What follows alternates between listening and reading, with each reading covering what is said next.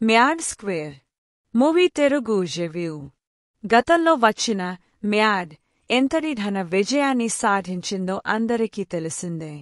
అందులోని పాత్రలను, కథనాన్ని కొనసాగిస్తున్న తాజాగా వచ్చిన చిత్రమే మ్యాడ్ స్క్వేర్. మరి ఈ మూవీ ఎలా ఉంది? ఎలాంటి వినోదాన్ని పంచింది? ప్రేక్షకులను ఎంతవరకు ఆకట్టుకుంది అనేది ఇప్పుడు రివ్యూలో చూద్దాం. కథేంటంటే, ఇంజనీరింగ్ పూర్తి కాగానే దామోదర్, అశోక్ కుమార్, మనోజ్, లడ్డూ తమ సొంతూర్లకు వెళ్ళిపోతారు. ఎవరి జీవితాల్లో వారు బిజీగా ఉండగా లడ్డూ తన స్నేహితులెవరికీ చెప్పకుండా పెళ్లికి సిద్ధమవుతాడు. కాని ఈ విషయం దామోదర్కు తెలియడంతో అశోక్ మనోజ్ను తీసుకుని నేరుగా లడ్డూ పెళ్లి ఇంట్లో దిగపోతాడు. అయితే తారీఖట్టే సమయానికి పెళ్లికూతురు మరో కుర్రాడితో వెళ్ళిపోవడంతో పెళ్లి పెటాకులవుతుంది. దీంతో ఆ బాధ నుంచి బయటపడేసేందుకు లడ్డూని తీసుకుని స్నేహితులందరూ గోవాకు వెళ్తారు. గోవాకు తీసుకువెళ్లిన తర్వాత బ్యాచులర్స్లా ఎంజాయ్ చేస్తూ గడిపేస్తూ ఉంటారు.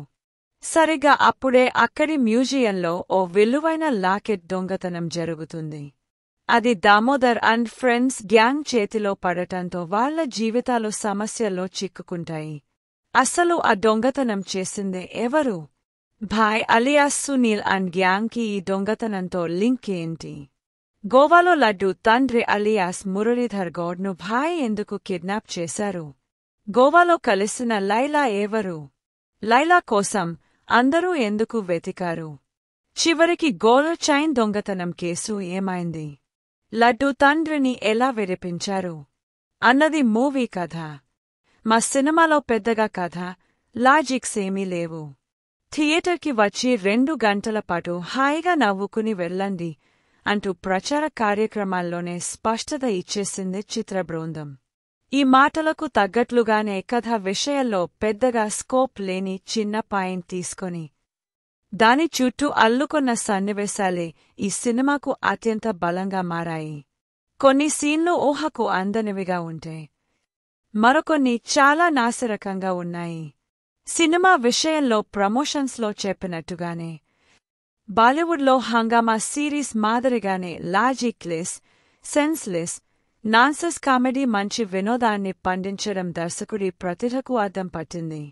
మ్యాడ్లో పెద్దగా కథేమీ లేకున్నా మ్యాడ్ గ్యాంగ్కు ఉన్న చిన్న చిన్న లవ్ స్టోరీలు, వాళ్ళు కాలేజీలో చేసే అల్లరి హంగామా ప్రేక్షకుల్ని కడుపుబ్బ నవ్వించాయి.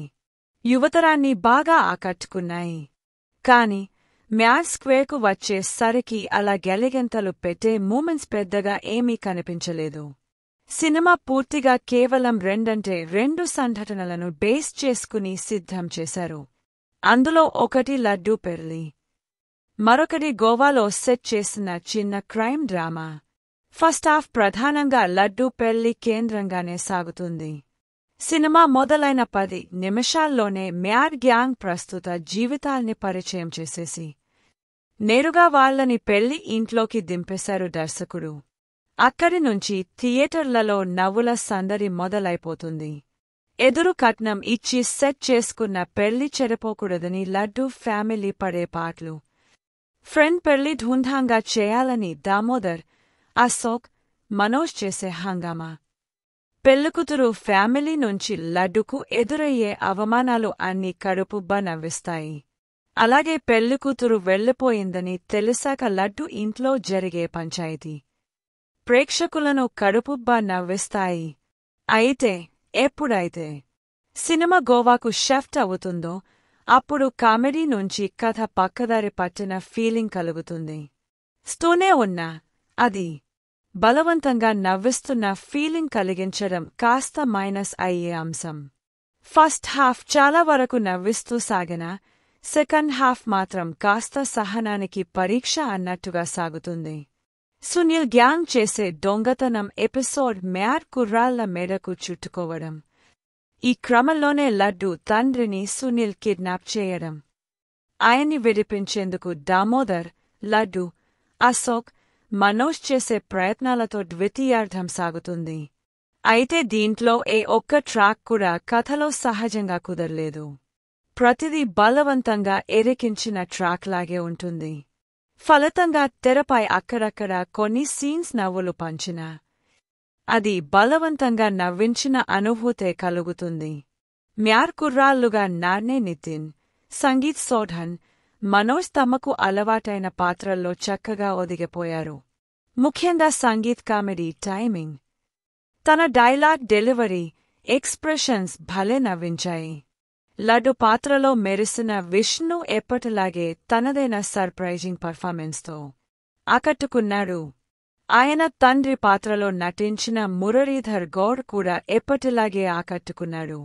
ఇక ఈ సినిమాకు music, back ground score, editing విభాగాల పనితీరు చాలా బాగున్నాయి. జీమ్స్ పాటలతో అదరగొడితే తమన్ బ్యాక్ గ్రౌండ్ స్కోర్తో సీన్లను క్రేజీగా మలిచారు. ఓవరాల్గా మ్యాడ్ స్క్వేర్ సినిమా గురించి చెప్పాలంటే దర్శకుడు కళ్యాణ్ శంకర్లో మంచి కామిక్ సెన్స్ ఉంది. పాత్రల్ని తీర్చిదిద్దుకున్న తీరు, రాసుకున్న సంభాషణలు యువతరాన్ని ఆకర్షించేలా వినోదాత్మకంగా ఉన్నాయి. కాకపోతే కేవలం 2 చిన్న ఇన్సిడెంట్స్ ను బేస్ చేసుకునే 2 గంటల కథను నడిపించే ప్రయత్నం చేయడం, అందులోనూ బలమైన డ్రామా లేకపోవడం, ద్వితీయార్థం సాగతీతగా ఉండటం ప్రధాన లోపాలు. ముందు చెప్పినట్టుగానే నాన్ సెన్స్ కామెడీ మూవీ, ఎలాంటి అంచనాలు లేకుండా యూత్ఫుల్ కామెడీ మూవీని ఎంజాయ్ చేయాలనుకునే వారికి ఈ వారం థియేటర్లో ఈ సినిమా ఫుల్ మీల్స్ లాంటింది. కేవలం యూత్ మాత్రమే కాకుండా ఫ్యామిలీ కూడా ఆస్వాదించే లాజిక్ లెస్ ఫన్ ఉంటుంది. కేవలం ఎంటర్టైన్ అవుదామని అనుకునే వారికి మ్యాడ్ స్క్వేర్ చక్కటి ఆప్షన్. ఈ వారం ఫన్ లవర్ ఆలోచించకుండా వెళ్తే 2 గంటలు హాయిగా నవ్వుకునే బయటకు వచ్చే సినిమా అని చెప్పవచ్చు. మరిన్ని రివ్యూస్ కోసం మా ఛానల్ని సబ్స్క్రైబ్ చేయండి. థాంక్యూ. ఇప్పుడు మనం రేటింగ్స్ని చూద్దాం. ఆడియన్స్ 5కి 2.75 రేటింగ్ ఇచ్చారు.